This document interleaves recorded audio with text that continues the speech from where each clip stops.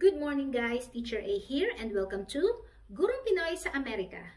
So for today, may nagpadala sa atin ng picture ng module wherein nagpapatulong para sagutan yung learning task number 1 ng polynomial function na grade 10 math. Okay, so yun ang pag-aaralan natin ngayon.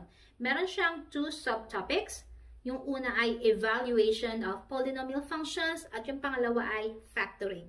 So, simulan na natin. Again, this is learning task number 1 ng module na pang grade 10, polynomial function. Okay? Number 1.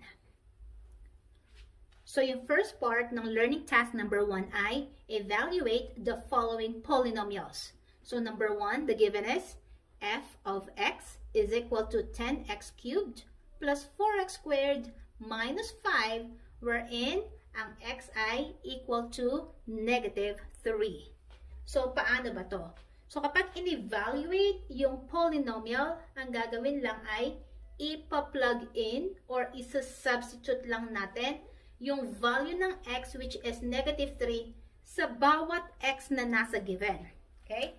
So, f of x, since ang x natin ay negative 3, so this will become f of negative 3. Okay? Equals. Kopyahin yung ating coefficient na 10. X, palitan ng negative 3. Kopyahin yung exponent na cubed. Kopyahin ulit yung numerical coefficient. So, plus 4. X na naman. So, palitan natin siya ng value na negative 3.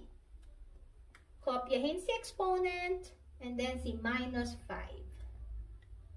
There. So, iyan ang first step natin. Plug in or substitute the value of x.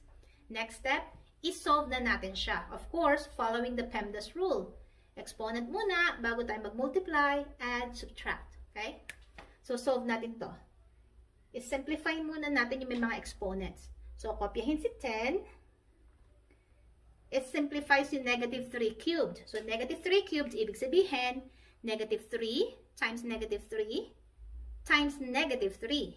So, negative 3 times negative 3 is positive 9 times negative 3 is negative 27. So, this is negative 27. And then, plus, kopyahin si 4. I-evaluate ulit si negative 3 squared. So, which means negative 3 times negative 3 is positive 9. And then, minus 5. Next, mag-multiply tayo. 10 times negative 27 is negative 270. And then, 4 times 9 is positive 36.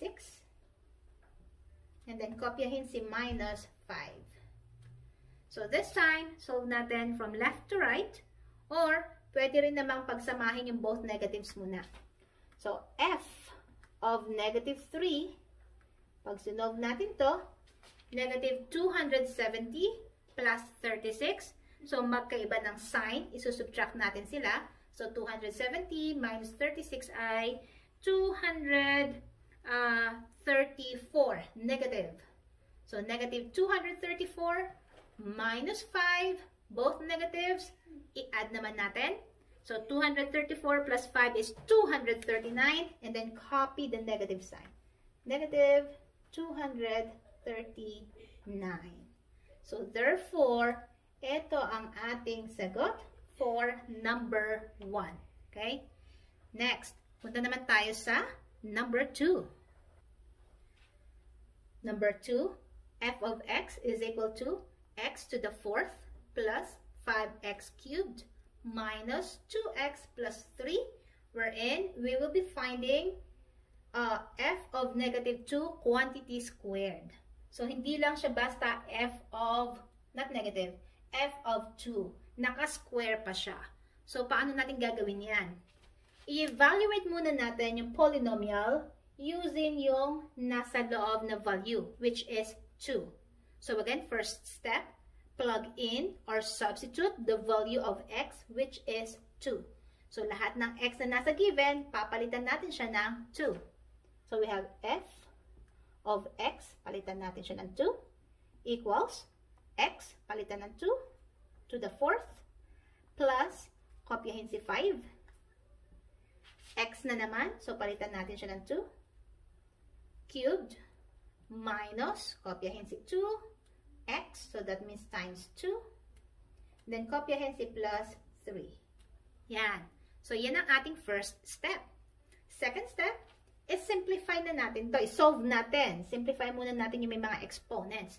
2 to the 4th. Sabihin, 2 times 2, 4 times 2, 8 times 2, 16. Apat na 2's. So, 16. Plus, kopyahin si 5. Simplify si 2 cubed. 2 times 2, 4 times 2, 8. And then, minus 2 times 2 ay 4. Then, plus 3. Multiply natin to. So, 16 plus 40. 5 times 8 is 40. Minus 4 plus 3. So, therefore, ang f of 2 natin ay, solve natin, 16 plus 40 ay 56. Minus 4 ay 52. Plus 3 ay 55. Yan. Ito na ba yung final answer? Not yet. Kasi yung hinahanap natin, naka-square siya. So, therefore, i-square natin tong ating sagot. So, square natin to. Square natin to. So, therefore, ang ating, oh, that's wrong. F of 2 quantity squared ay 55 times 55. That will give us 3,025. So, therefore, ito ang ating final answer. Okay? Next, this time, pupunta naman tayo sa second part ng learning task number 1, which is factoring. So, given number 1, x squared minus x minus 6 times x squared plus 6x plus 9. Actually, nakaset na yung ating given, wherein nasa factored form na siya, pero hindi pa kompleto. Okay? So, itong ating given, binubuo ng dalawang trinomial na pwede nating i-factor out. So, since ito ay trinomial, so that means, pag finactor natin siya, dalawang binomials. So, paano natin i-factor yung unang trinomial natin? So, first step, i-factor out natin yung x squared. Ano yung dalawang variable na kapag minultiply ay x squared?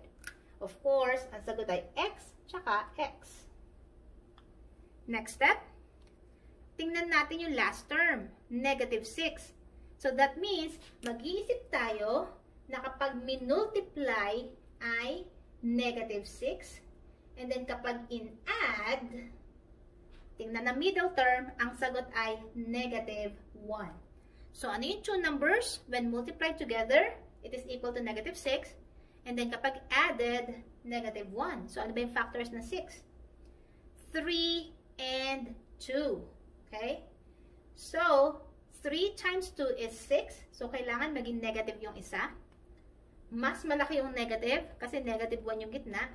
So, we have negative 3 times positive 2. Kasi, negative 3 times 2 is negative 6. Negative 3 plus 2 ay negative 1. So, therefore, susulat natin dito yung first factor. So, x, then minus 3. And then, dito naman ay plus 2. Yan. So, iyan ang factored form ng first trinomial. Doon naman tayo sa second trinomial. So, ang second natin ay perfect square trinomial, which means, kapag finactor natin, again, dalawang binomials, wherein, mag-iisip ulit tayo na kapag minultiply sa sarili, x squared ang lalabas. Of course, automatically, x and x yun. Lahat ng given dito ay positive, pati sa mga factors, positive din siya, syempre. 9 ang last term. Ano yung two numbers na kapag minultiply ay 9, kapag in-add ay yung middle term na 6. So, 3 times 3. So, 3 times 3 ay 9. Then, 3 plus 3 ay 6. So, therefore, ang factors dito ay x plus 3 and x plus 3. So, therefore, ang final answer natin sa number 1 ay x minus 3, x plus 2, x plus 3, and x plus 3. So, ganun lang kasimple yung number 1 example. So, number 2 given ay x cubed plus 3x squared minus 4x minus 12. So, iba naman ang given natin. So, ibang method din ang gagamitin natin. So, pinakamadali, I guess, gamitin ko yung rational zero theorem para makuha ko yung isang factor. Pag nakuha ko na yung isa, madali na siyang i-factor out ulit para makuha ko naman yung dalawa pa. So, ang total na factors natin ay 3 kasi ang highest exponent ay 3. So, paano ba yung rational zero theorem? Kunin natin yung constant term. Actually, divided by 1 yung ating q. So, P over Q, negative 12. Ano yung factors ng negative 12? Positive negative 1, positive negative 2, 3, 4, 6, and 12. So, anong gagawin natin dito? Ita-try natin isa-isa para makuha natin yung first factor. So, kapag tinry natin using synthetic division, kapag wala siyang remainder, that means factor yung tinry natin. So, kung ako papipiliin, syempre, gusto ko yung most friendly number dito sa given. Gagamitin ko yung positive 2. So, if x is positive 2, okay, that means ang factor nito ay x minus 2. So, i-check natin kung si x minus 2 ay factor nito using synthetic division. So, ang ating divisor ay 2, yung value ni x. Pwede rin naman gumamit ng ibang method. Kaso, sa synthetic division kasi, yung ating depressed equation, pwede na natin siyang gamitin para makuha pa yung remaining 2 factors. So, nakuha ko na yung divisor. Yung aking dividend, susulat ko isa-isa yung kanyang numerical coefficient. 1 to, positive 3 here, negative 4, negative 12. There. So, kapag nasa loob, i-add. Kapag nasa labas, i-multiply. Paulit-ulit lang ang process. Bring down yung first term, first number na 1. I-multiply sa 2. 1 times 2 ay 2. And then, add them together. This is 5. And then, 5 times 2 ay 10. Sulat sa next column. Add them together. Magkaiba ng sign, i-subtract. So, this is 6. Next, multiply again. 6 times 2 ay positive 12. I-add. Ang negative and the positive, opposites. Maka-cancel out siya kasi 0 yon. So, itong nasa dulo, ito yung remainder.